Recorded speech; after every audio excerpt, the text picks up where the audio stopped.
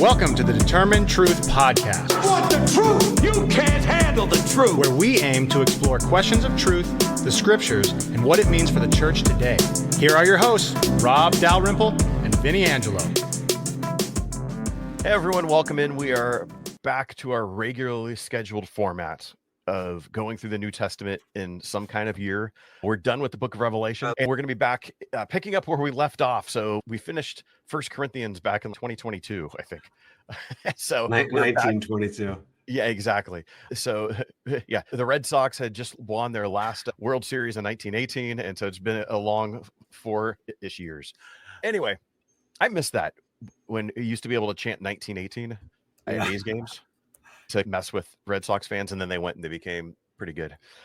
Anyway, 2 Corinthians, this is going to be fun. We're not going to do a full breakdown. We're not going to go verse by verse, but what are some of the things that we want to focus on as we go through this in a handful of episodes? We're not going to say 4, it might be 5 or 6, but a handful of episodes. Yeah, what do we want to do? Exactly, because what we're going to do with 2 Corinthians and hopefully the rest of the New Testament books is really try to provide you with an understanding of the book itself so that you, the listeners, can actually go study this for yourself and gain an understanding and discernment of what the text means. We want to teach you how to study the Bible and how to study this book in particular, and then we'll do obviously Galatians, Ephesians, etc.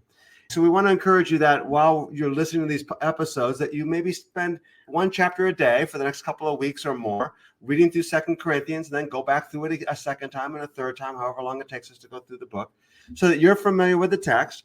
But we also want to use the conversations of 2 Corinthians as a springboard for like contemporary issues. And 2 Corinthians, which kind of 1 Corinthians did a little bit as well, is really going to get us into the church. And what does the church look like? And the modern church and the mega church and the contemporary church scene. What are we doing these days? And how would Paul look at these things that we're doing today? So we really want to wrestle with leadership, the church, pastoral leadership, and things like that as we wrestle through 2 Corinthians. Cool. Before we get into 2 Corinthians itself, do we want to spend some time bringing in some of those other framing issues about church? Which, I mean, we talk a lot. I think every episode we talk about the church. It's not just theology, or it's not just going through the text. We want to look at that application. But how do we look at what a church is? Because this is a lot of what Paul's doing here. Is he's writing letters in order to correct something. Whether that's discipline correct, or he's just trying to guide things in a better direction. And I don't think you get anything more raw than the Corinthian letters. First and 2 Corinthians are good, and we know that like 1 Corinthians is 2 Corinthians, and 2 Corinthians is 4 Corinthians. We know that there's other letters that were lost. We'll talk about that. Yeah. What kind of good stuff are we missing there, man? And this is like a gnarly church. But I don't know. Let's talk about churches for a second in terms of what is Paul going after, even in terms of he wants this to be a success. But even I'm thinking about that. If we want to say he wants there to be a successful church, we have to define what a successful church is. What does it look like to have a successful church? So you go somewhere, Vinny, and you meet another pastor or other pastors, and you get in a conversation. What's the first thing they're going to say? What's the first thing they're going to say? What is numbers? It's numbers. People go to your church. Yeah. How big is your church? And I've caught myself asking the question before, thinking, I just want to know about your church. I'm not actually trying to size you up and see if I'm a better pastor than you or not, especially since my church was pretty small. Obviously, we worked in a mega church for a while, but for a while I was a lead pastor of a small church, leading it through change. But it's often this case, and it's used to measure people up. And so I've gave the end of the year, we would have at our church, we'd have a dinner and talk about the state of the church and where we're going next year. Here's what we did last year. Here's where we're going next year. Here's our vision. Here's what we've been doing and things like that. We did it because we felt the people of the church are invested in us, and we owe it to them to be accountable to say, here's what we did last year with your money. Right? Yeah. We use your money this way. But oftentimes you try to measure and go, success is dependent upon the number of people that come, the number of events that you held, and the number of people that came to those events, maybe the number of people that you fed in an outreach, the number of people that went on a missions trip. We have all these metrics that we decide what a good church is. And I'm thinking, I don't see any of those metrics in Scripture. Yeah. Have we decided that the modern church and what success is, that actually a product of the modern culture? And how much money's coming in, how big our buildings are, how many people are coming? I think we're asking the wrong questions, and I think we're doing church the wrong way in so many ways. What are some of your thoughts on that? That's a good question. No, I agree. And it comes to the question, especially when you're in a larger church. Again, you have the same issues in a smaller church because you might have that, you're trying to covet numbers. And I have a really good friend who's a pastor of a smaller church. It's funny, it used to be a huge church 20, 30 years ago. And now it's this huge facility with 100 people. Right? And so it feels really empty and naked. And he and I talk about that, especially when I was on staff at a larger church where this guy's doing everything himself. Yeah. Like literally everything himself. And he looks at me where I had a specialty type position in a larger church. And I talk about other staff who have specialty positions. And he looks at that saying, okay, wow, like how awesome it is that you can have someone who is just hired to do this one specialty thing. But then we would also talk about, and he knew this, how it's also beneficial to not be tied into that, because then you actually get to experience a number of things. He knows his people really well. He knows everyone in that congregation really well. If there's one visitor on a Sunday, he knows who that visitor is. Yeah. And so I don't think there's like a good or bad. I don't think it's wrong for churches to be big. I don't think you're more virtuous if you're small. It can be, but it doesn't mean it is by default. It's one of those depends or based on what. And so we want to make sure that we're not creating these arbitrary categories of what is health and what is unhealth, or what is successful and what is not successful. And so that's the first thing, is it's not a clear-cut answer. You could have unhealthy large churches and you could have healthy large churches. You could have unhealthy small churches and you could have healthy small churches. Size does not indicate health or success. I'm going to agree with everything, except I'm going to push back a little bit on, can you have a healthy large church? If you're going to give 4 options, healthy large, unhealthy large, healthy small, unhealthy small, I'm going to question whether or not that healthy large is possible or not.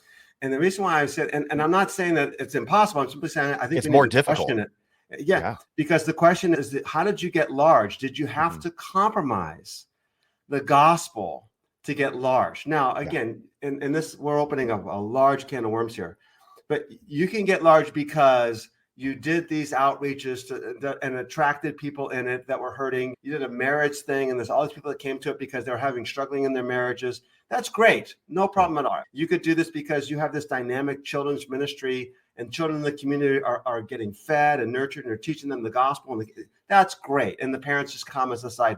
Okay. So I'm not denying that those things are there. But the reality is, can you really teach the gospel of Jesus is Lord? Nobody, nothing else is. Can you teach the gospel of war is anathema to the gospel? Can you touch on issues that are difficult issues and interest? In most cases, you can't. Now, we've discussed before, the pulpit's not the best place to do it. But can you really honestly exhort people to this righteous life? And if we were to say what makes a church successful, one of the things we know of is obviously go and make disciples of all nations. That's clearly the mandate. And making disciples is different than making converts. We can discuss that if we need to. And the other factor, of course, is that they'll know that you are my disciples if you love one another. Are we known as a community that loves one another and imitates Christ in doing so? I think that's where we might start. It's interesting because what you just said were literally the 2 points I was going to bring up. And it comes to, what is the metric by which you measure success? And so that's the thing, is I just spoke to a different pastor friend recently, and he does a great job in the community that he pastors in, because it's a tough area to pastor in, and he's been growing his church, and I think he's doing some really good things to do that, and it's needed. However, he continually falls into the risk of conflating numbers with discipleship. And so that's the thing, go into the world and make disciples. That doesn't mean make converts or measure yourself by how many baptisms you conducted. Although baptisms can be indicative of making disciples. It just doesn't mean it is. Because there's a lot, it just doesn't mean it's necessarily that. And so that's the thing, especially I've seen this where in my hometown, there was a church that's been growing, and they'll do the whole, we're doing baptisms right now. And they know they have a ton of people stream and watch them online. Come down right now and you could get baptized. You do this emotional pool. People drive in their car, they go down there. The pastor doesn't know this guy from Adam, and he baptizes him in the parking lot. And I'm not even giving a judgment on should we be doing that or not. That's a different kind of ecclesiological question. But the point is, now at the end of the year, you could say, hey, in 2024, we baptized X amount of numbers of people, but you don't know if that person ever returned to your church or not. So Right. was that baptism just something That's because not discipleship then. was he partying on Friday night and he just felt immense guilt because once again, he had a knucklehead Friday and Saturday night. And so now he was feeling repentant and he wanted to do that. But guess what? 2 weeks from there, after he stopped white knuckling his bad behaviors, the guy went back and he's living the exact same way. Was that successful to have that baptism? And that was the 15th time that guy's been baptized in his life. The question is, what is the healthy metric for discipleship and what a church looks like? And so that's where I think we need to define those things. And and that goes to the other point that you brought up, which is, are they loving one another? How can you love one another if you're just attending something and you're viewing the church as an event to be attended? Like I've had season tickets to sporting events for years where I would attend weekly, but I was there as a consumer. I wanted to support my team. I was paying to get a product in return. There wasn't necessarily love for the people who I sat around. You develop a community with people who have the same season tickets with and whatnot, but I'm not known by my love for who I have for one another. I'm known as the fan of the team, and I'm just getting something back. And now I could decide I'm not going to give you guys any money anymore. So what's the metric by this thing that we're doing? Is it just attendance? Is it just being part of a club? And I just think that's a really difficult thing to measure in our American context because we base so much of it on numbers and those sorts of metrics.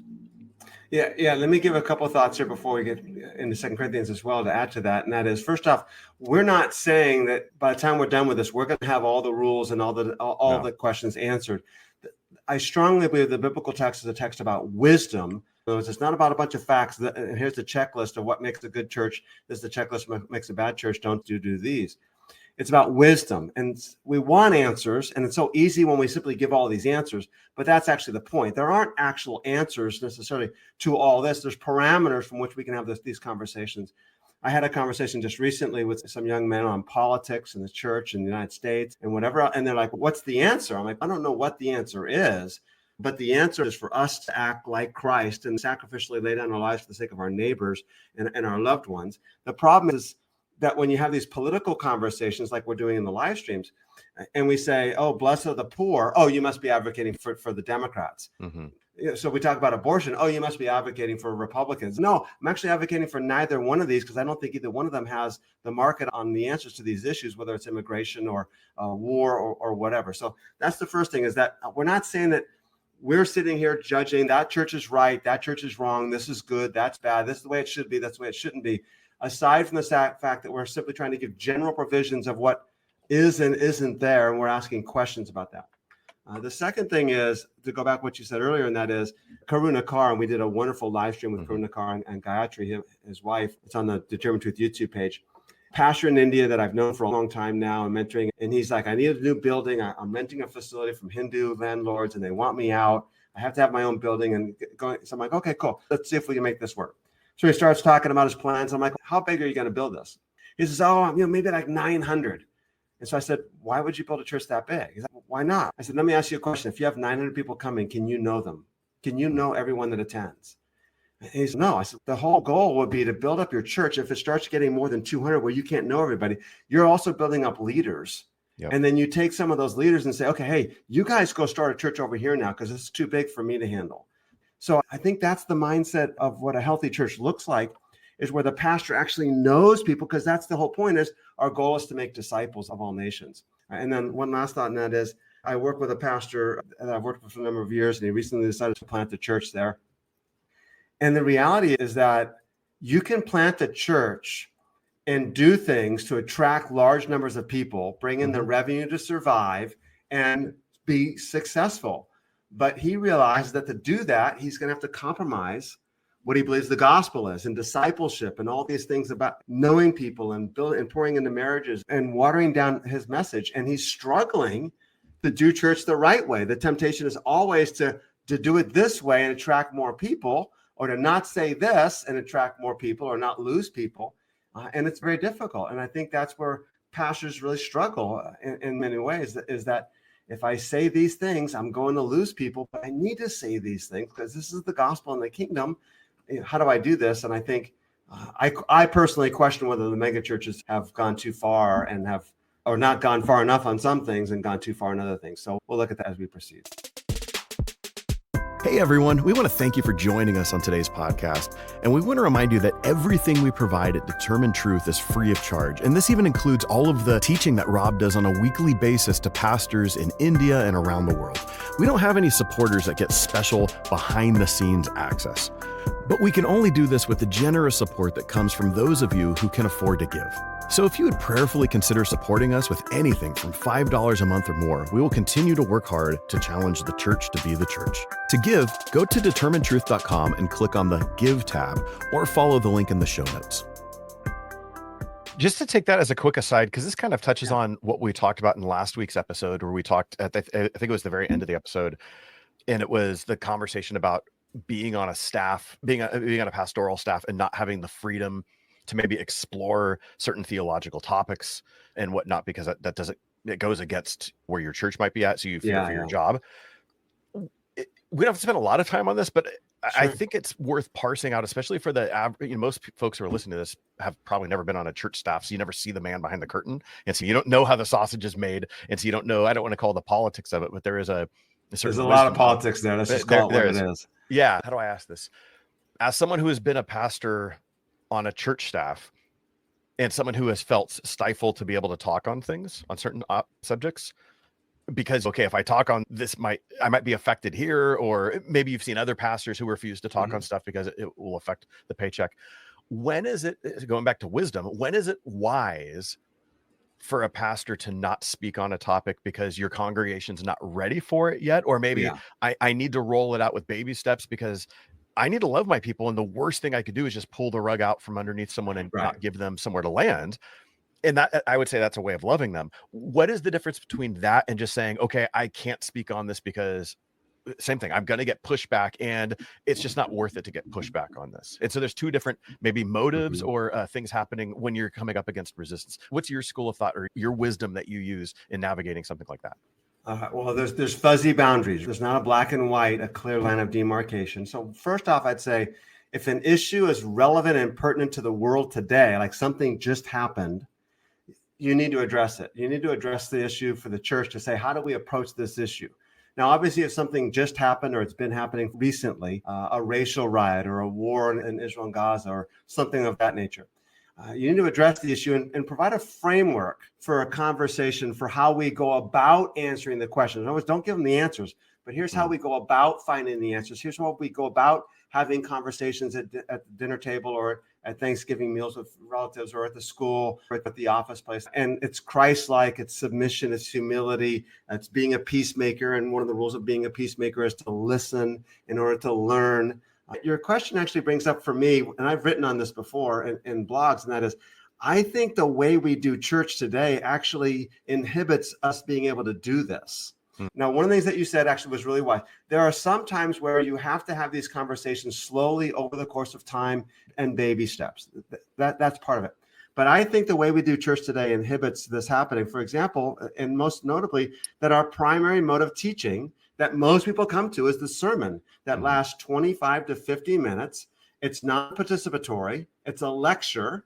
We know, number one, that lecturing is the least effective way to learn. You retain 10% of what you hear, right? And then, of course, when you're preaching and the fact that you've got a Democrat over there, a Republican over there, you got a new Christian over there, you got a mature Christian over there, you've got a person who thinks they're a mature Christian, but they're really immature, a person who thinks they're an immature Christian, but they're actually much more mature than they think. And you have non-Christians in your audience.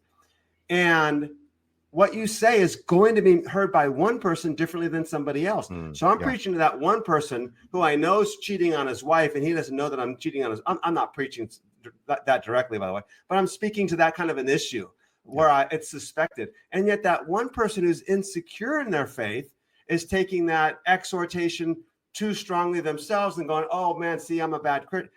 The pulpit and the sermon is the worst way to teach. It's in light of the diversity of the audience that you have. When you got a classroom, Vinny, and you know this really well, when you got a classroom, you got a much more refined group of people that are there than the people that are walking in on a Sunday morning into a sermon. So I think the sermon, I think it's one of the silliest things we have. Now, don't misunderstand me. I think the Word of God, as I've said many times, and I'll continue to reiterate, is transformative. In other words, if we just read the scriptures, said a prayer and walked out, we'd be okay. Now, it's a lot better to expound upon the scriptures because they're not easily understood.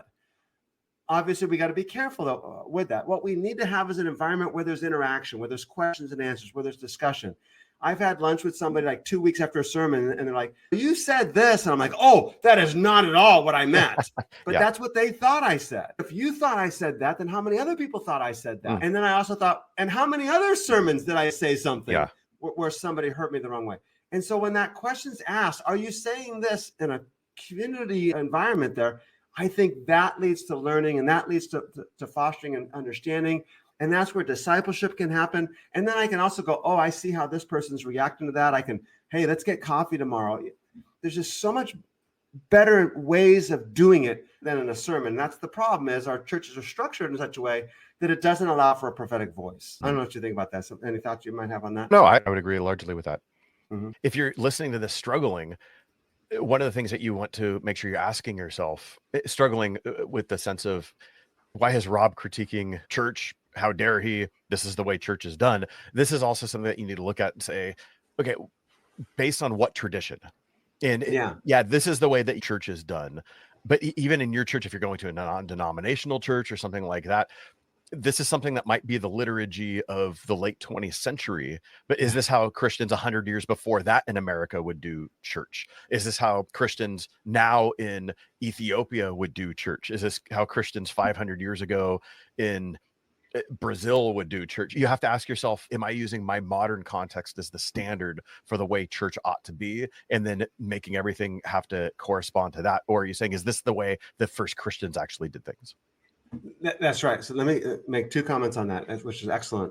And that is, the only people that can answer that question will be the Orthodox and the Catholics, but even they can't answer it perfectly. Correct. Because you can't tell me all the things that they do with Vespers and censer and everything else was actually done in the first centuries, because they didn't have money for any of that stuff. They didn't have cathedrals for any of that stuff. Those church buildings don't happen until the 4th century. So even the historical churches like the Orthodox and the Coptics, which is Egyptian, or the Catholic churches, even their traditions can't go back all the way to the 1st century. Right? No. Second thing, so I was brought into a church to bring change. It was an older church. It was aging out. The community around it had grown largely lower middle class, and the church community that I was pastoring was middle upper class. They all moved away and they drove into the building. It was a white congregation, largely, not completely, but largely. The community around it was incredibly ethnically diverse. So how do we reach our local community? How do we change? Their kids and grandkids weren't going to this church any longer. We want our kids to come back. We want our grandkids to come back. So I was trying all these things about, okay, we need to make changes, because what you're doing satisfies the way you like to do church, but it's not going to reach anybody else. No one else is going to like it, whether it's the organ or whether it's the music, whether it's the liturgy, whether it's the way we do the offering, the way we do anything. And every step of the way, there was resistance, of course, because that's the way we do it. So one time I had a Sunday school class, and I was teaching the class, and I thought, all right, here's what I'm going to do. And I intentionally did a sermon series in the book of Acts to say, see what's happening here, and then now look what's happening here. Now look what's happening here. It's different. And I asked the question, though, in the Sunday school class at one time, and I said, can you name something that we do now that used to be done 100 years ago, and no one could think of anything? And my point was actually to start with like 25 years, 50 years, 100 years, and go, okay, let's go back to the 1st century and realize, hey, see all the changes that have happened? Things have changed. And they're like, we can't think of anything. And How about the bulletin? I'm thinking, oh my gosh, you can't see this. Yeah. The fact that what you're doing today that you won't let go of was not done 50 years ago, or let alone 100 years ago, yet you won't let go of it. Don't you understand that everything you're doing today is it's a change? And it was unbelievable how we just get stuck in these ways there. And so, there's a lot to be said for that. And and I don't think, by the way, we can't. So some will take this conversation and go, let's go to the book of Acts and do what they did. But what they did was also conditional to their time and to their moment.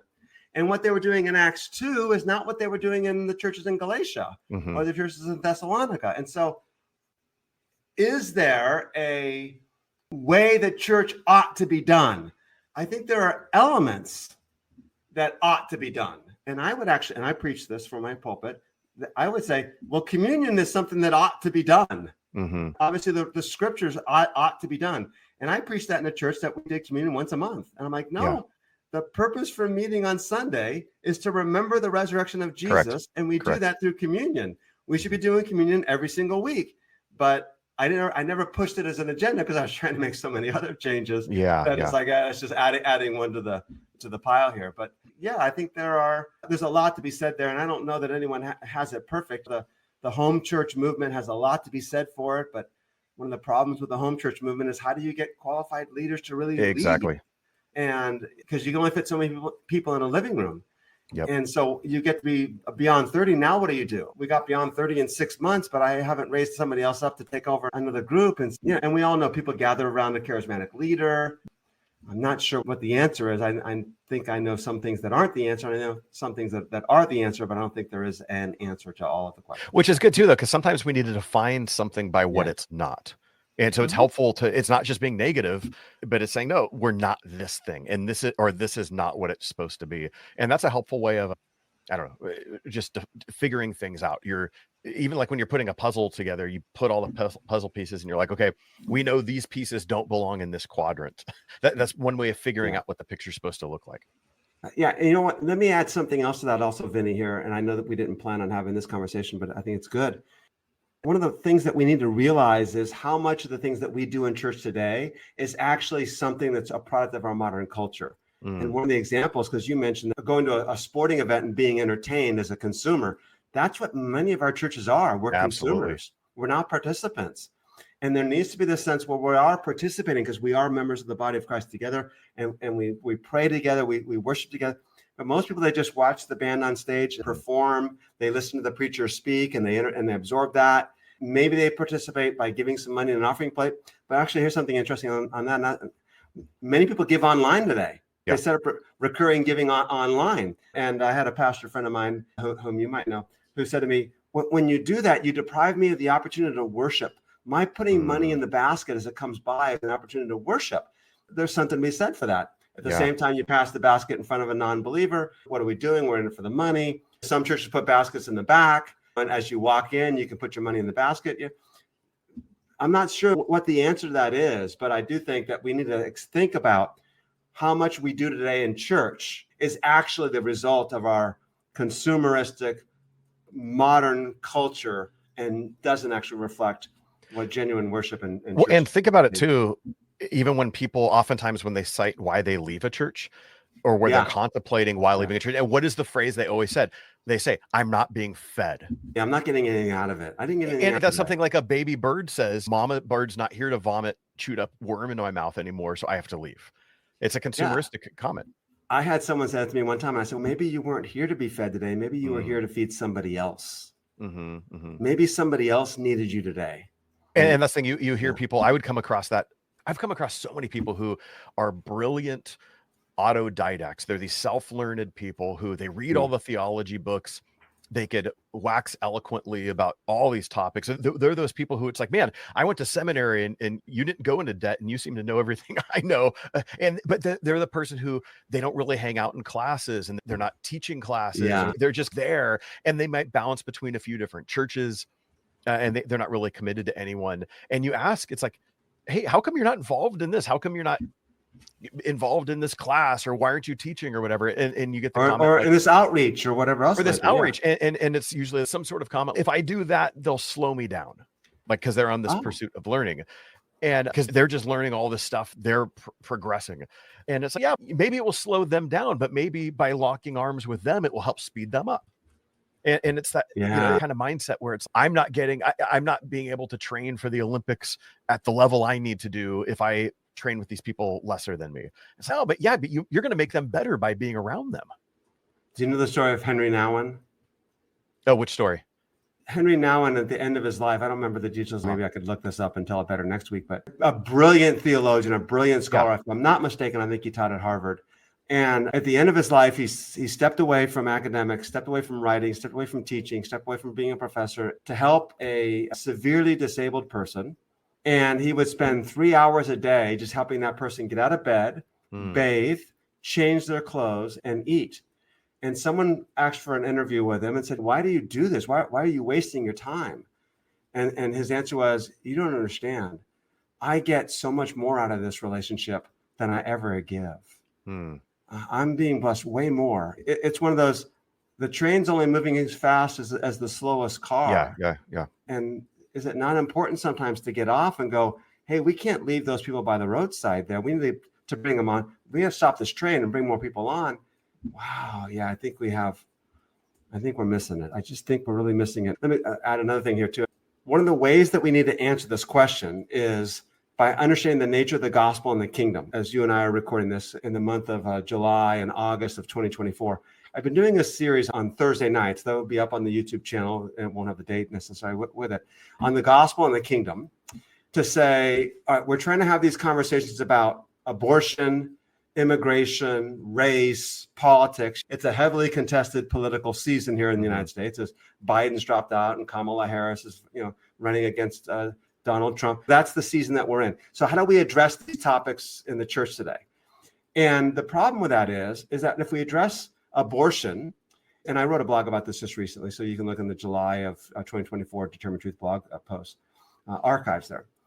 If we address the issue of abortion and we say the goal really needs to be limiting the number of abortions, we can try to outlaw it if you want to make laws against abortion, but that ain't going to stop them. And statistics have shown you actually don't reduce the number of abortions. If we want to reduce the number of abortions, guess what? One of the main reasons people have abortions is because of poverty. They can't afford the child. In fact, there's a significant number of women that actually have children already that feel like they can't actually bring another one into the world, so they abort that second one. So what if we address the issues of poverty? Here's the difference, and here's the deal, and that's this. If I just want to be pro-life and just sit back on my couch and go, let's make abortion illegal, let's condemn all these people, let's criminalize it, they shouldn't be doing this, they shouldn't be having sex if they don't want to have. It's just so easy for me to sit back on my couch and pontificate and legislate. But as soon as we say, yeah, but if we start addressing poverty issues, we start changing poverty, we start changing the climate where less people are poor, that actually might affect me. It might impact me. I might have to give up some of my wealth. I'm going to have to do something. I'm going to have to go serve at a local community center. And it's so easy to sit back on my couch and pontificate, and I don't want to have to do anything about it. So we don't do anything about it. When the reality is answering the question is actually doing something about it. So I'm doing these live streams where I'm like, let's talk about Jesus and the kingdom separately. Because if you understand the kingdom of God, then we can begin to take that and apply it to these issues. But if you go into the issue of abortion, as I just did here, and say, actually, it's a really big poverty issue. The immediate response is, oh, what are you, a Democrat? Right. We have these built-in safeguards to say, I don't want to listen to that, and I can go back to my couch and pontificate. And so I think the answer of what is church and what does it mean? Well, as he said from the beginning, I don't know that there's an answer to this question per se. We know it's some things, these are church, community, fellowship, living together, doing life together, praying together, serving one another, and being fed and knowing the word of God, letting it dwell within us richly, as Paul will say to Timothy, let the word of God dwell in you richly, and also doing outreaches and caring for the community and showing them what Jesus looks like. And we also know what it doesn't look like. It doesn't look like this and this, whatever.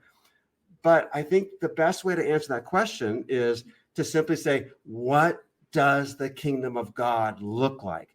Because I'm supposed to be a disciple of Jesus Christ, and through me and through you and through us, Jesus is building his kingdom.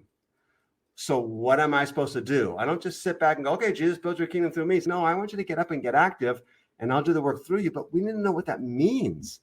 What is and I think that's what we're seriously lost. I think, as I said before, and I'll stop here, that we don't have an accurate understanding of what the gospel is, let alone what the kingdom of God is. I think most Christians have a poor understanding of the gospel. And I bet I'd say a large majority, if well over most, have no idea what the kingdom of God is. We hope you're enjoying the podcast, and we want to remind you that everything we do at Determined Truth, the podcast, Rob's blog, and our YouTube channel, is available on the Determined Truth app. Directions on how to download the app is available in the show notes and on the determinedtruth.com website. Just click on the app tab. All right, so let's actually talk about 2 Corinthians, because that was a good conversation, not scripted. Sure. The ADD is strong in us, and that's okay. Let's give a little bit of an overview of 2 Corinthians, and then next week we could start maybe working through some of the text a little bit more. Sure. So 2 Corinthians seems to be a different kind of letter, just reads differently than many of the other letters that Paul writes, which makes sense. It's going to write differently when this is a community that you've spent so much time in. You're just going to communicate different to those churches and those communities differently than you are to a church that you haven't met. Like he never went to Rome. And so he's writing a letter for a different. He never went to Rome before he wrote the book of Romans. Before he wrote the letter. Yeah, exactly. Yeah. Yeah, he ends up in Rome and stays there for a while. So with this though, one of the things that he seems to do is he defends himself. It's almost in like I labeled it for myself in my Bible, like I call it an apostolic apology, like he's defending his apostleship in a sense. What's he doing in this letter? Yeah, so there's a number of things to know. So by the way, if you want to understand Second Corinthians, I'd recommend that you read Acts chapter 18. Luke goes into details about Paul's visit to Corinth there. That sets the stage a little bit. Maybe go to a Bible dictionary, and obviously you can do this on Google nowadays and say, hey, tell me about ancient Corinth and understand the ancient city of Corinth. We discussed some of this on our introductory series on First Corinthians as well. But Paul spent a year and a half there, according to the book of Acts, in the city of Corinth. And then he left and things just went haywire and there was all kinds of problems. Paul writes First Corinthians. He's rebuking because somebody has his father's wife and you are proud. And Paul's like condemning them. Oh, no, what are they going to do? Are they going to listen to what I have to say? And some like listen to what he said, but others didn't. So word comes back to Paul. There's probably a couple, maybe a visit or two of Paul in the middle of that, and including the fact that Paul says he's coming to visit, and then he doesn't show up because things happen and he couldn't show up. So there's actually a lot of historical context going on behind the letter. As a result, they were making all kinds of claims about Paul. He couldn't be trusted. He wasn't a legitimate apostle. He's not like Peter and one of the 12. So 2 Corinthians is by far the most autobiographical letter of Paul in the entire New Testament. When we go to find out about Paul, one of the things that we do is to study this letter because Paul speaks a lot about himself because he's defending himself. I really am an apostle. And what's interesting about that is, I said this before, we love the book of Isaiah, we love the book of Jeremiah, and yet the people of that day rejected those books and had the prophets killed. So Paul's defending himself for a number of reasons. One, he refuses to take pay. We'll go into much more detail on this in our next episode. But he refused to take pay. That has to do with that ancient Roman system of debt and obligation. If you give me money or give me something that I now owe you, I'm in your debt. You invite me to a meal, I have to invite you back. And until I do, I'm in your debt. You give me a money or a loan, I'm in your debt. So there's a lot of that debt obligation. Paul says, I am not going to be obligated to anybody, especially the wealthy who are the ones giving the money. I am not going to have to acquiesce to you. By the way, think of modern politics again. Somebody comes into politics that they have all the best ambitions. They're a good person. They really want to do what's right, but they get into political office and do what? They have to do the favors to the people that got them into office, or they're never going to stay in office. It's just the way it works. Just to look at that real quick. So basically what you're saying is this goes back to the idea of the Bible oftentimes is presented as wisdom, not rules. If we only had 2 Corinthians, we would say, and therefore it's wrong for maybe spiritual leaders to take money because you're indebted to them. It's that idea that, hey, someday, and that day may never come, I will call upon you to do a service, but until that day, just accept this as a gift on the day of my daughter's wedding. I don't know what that's from. I think that's from a famous movie. But this is also where, if you look at Romans, what's the whole point in the back part of Romans? Why does he tell them that he's writing? Hey, I'm writing, please take up a collection for me and I'll pass by on my way to Spain. And then you guys could help support me financially. Which is it? Does Paul say, I need your help financially? Or does he say, I don't want your help financially? It's situational on how he's engaging with his people, who he's using wisdom. Yeah. So when you read, and this is really actually a really important point that you're bringing up, and that is, these are what we call occasional documents. They're documents that some occasion resulted in them writing the documents, or in the book of Hebrews is a speech. So there's some occasion. We need to know what that occasion was to best understand the documents. But that also means that they're not systematic theologies. Paul didn't sit down and say, you know what, I want to write a book on the nature of God. And let me think of, I want to talk about this aspect of God or this aspect of salvation. He's addressing God, the Lord, God of all comfort, the Father of all compassion, because there's a situation in Corinth that it was relevant to bring that up. Yeah. And so we have to be careful about taking what's stated there and making absolutes from it, when Paul was like, that's absolute to that situation, but I'm not sure it's absolute to all situations. Maybe it is. Maybe it isn't. So we have to be really careful because they are occasional documents and not systematic treatises. So yeah. So the thing about what's interesting about what you said there, actually, Vinny, is in 2 Corinthians 9, he does say, do I not have a right to take pay? I just didn't use it. Yes. So he does say ministers deserve to be paid, or just, do me and Barnabas, are we the only ones that don't have the right to get paid? Do I not have a right to take along a believing wife?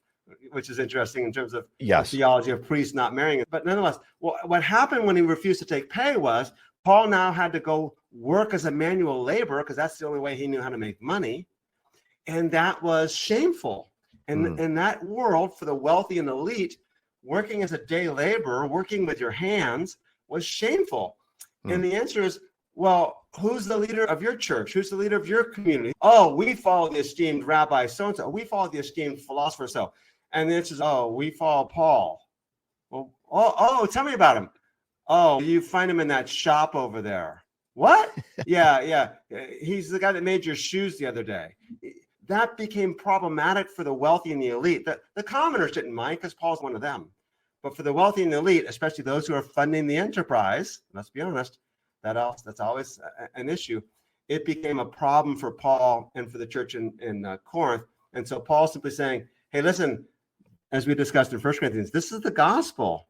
And I'm not compromising the gospel, so I'm not going to take any pay. And the gospel is about a crucified Messiah, as we discussed in 1 Corinthians. And I can't dress that up. I'm not going to be an eloquent speaker. I'm not going to go to class and learn how to speak eloquently and tell jokes. I'm not doing that. Because to do that for Paul was to compromise the gospel and the effect of the gospel. So as we wrap up, let's just look at the outline and the structure of 2 Corinthians. This is something that we've done in most of the books that we've looked at. We spent a lot of time in Revelation on the structure and the outline. This is a letter, so it's not a narrative like Revelation, where John constructs his narrative where there's a sections. This has sections as well in this letter. And if you read like an introduction in a Bible dictionary or a commentary, it will actually spend a lot of time. There's different theories on 2 Corinthians and why it might be broken up in different kind of ways. But what are the general sections? If we were to break this down, it's not just because it's 13 chapters long. You don't say, okay, let's just divide it into part 1 and part 2 or whatever. How do you divide it up, Rob? So the letter usually breaks up into 3 different parts. One of the things about this letter is there's a measure of rejoicing that, okay, we've reconciled. Paul wants to reconcile with them at least. So chapters 1 through 7 is Paul's desire to bring reconciliation between him and them. And then chapters 8 and 9 talk about this generosity. In other words, if you do a sermon today on giving or hear a sermon on giving, it's probably coming from 2 Corinthians 8 and 9. And then chapters 10 through 13, there are some who still challenge Paul and still rejecting Paul. So that's especially where we get the last 4 chapters, this autobiographical nature of things. But what's interesting about that actually is these are like sections that don't seem to sew together very well. Usually they sew together, even 1 Corinthians where Paul's, okay, let's talk about this topic. Now let me talk about this topic. Now let me talk about this. There's clear transitions within that one letter. And it's widely believed that maybe at least chapters 10 through 13 actually are a different letter. It wasn't written at the same time and was stitched on at the end of what we call 2 Corinthians. That's quite possible. Paul refers in 1 Corinthians to a previous letter, which means 1 Corinthians isn't first. And then in 2 Corinthians, he refers to a previous letter, which isn't something that's said in 1 Corinthians. So what he says, this previous letter could either be that other letter, the real 1 Corinthians, or it could be a third letter. You know, the reality is there were a number of correspondences that went back and forth. I don't think it ultimately matters, but it is important to note, first 7 chapters, reconciliation, next 2 chapters, generosity and giving, and the final 4 chapters, autobiography, Paul's defending himself against those who reject him. Okay. So that's a good way to view that. And I'm sure we'll probably be focusing on those bigger chunks because we're not going to go chapter by chapter. We'll probably look at the themes within those chunks. Yeah. So that's a good way of reading it too. Addressing it. Yeah. Yeah. And you got 13 chapters. So it is a larger letter. It's a bigger. So if you're going to read it, we would encourage you, read it over the course of a couple of days and break it up that way. Do chapters 1 through 7 in one day. If you can do it in one sitting, that's better. Do 8 and 9 in one sitting, do 10 through 13 in a sitting. And that will give you the big chunks. And then you'll be able to really capture the flow that Paul's trying to communicate with. Yeah. Excellent. All right. Yeah. Cool. All right. Hey, 2 Corinthians. Next week we'll jump through. I'm assuming that first chunk of chapters 1 through 7 is probably the thing we'll be looking in next week. Right? I think we're actually going to look at the larger letter as a whole still in our next episode, framing the kind of the introduction that we really didn't get to today that we just briefly tossed out there. We'll look at it a little bit more because one of the things that we want to discuss is what does leadership in the church look like? Because Paul is telling us about leadership in the church. And I think that's a really important topic today, especially with all the leadership that's gone bad and the narcissism that's been in the church. and fallen leaders. I think this is an important conversation that we might have to have over a couple of weeks.